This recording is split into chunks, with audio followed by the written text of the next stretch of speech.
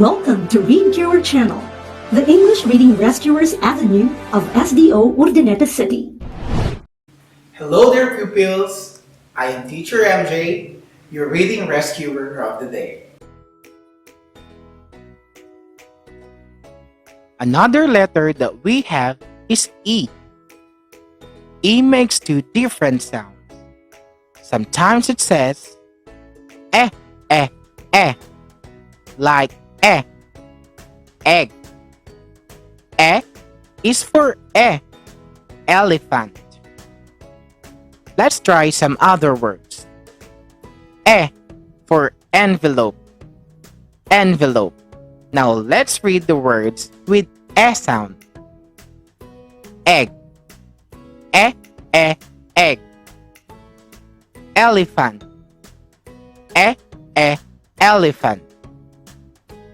Envelope. Envelope. Sometimes it says E, like eagle.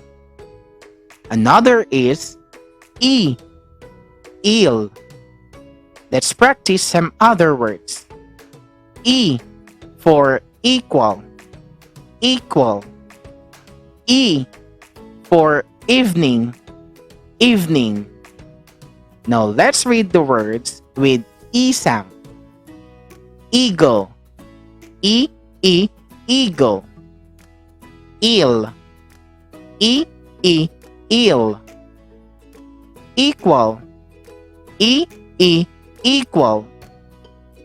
Evening. Evening. Excellent.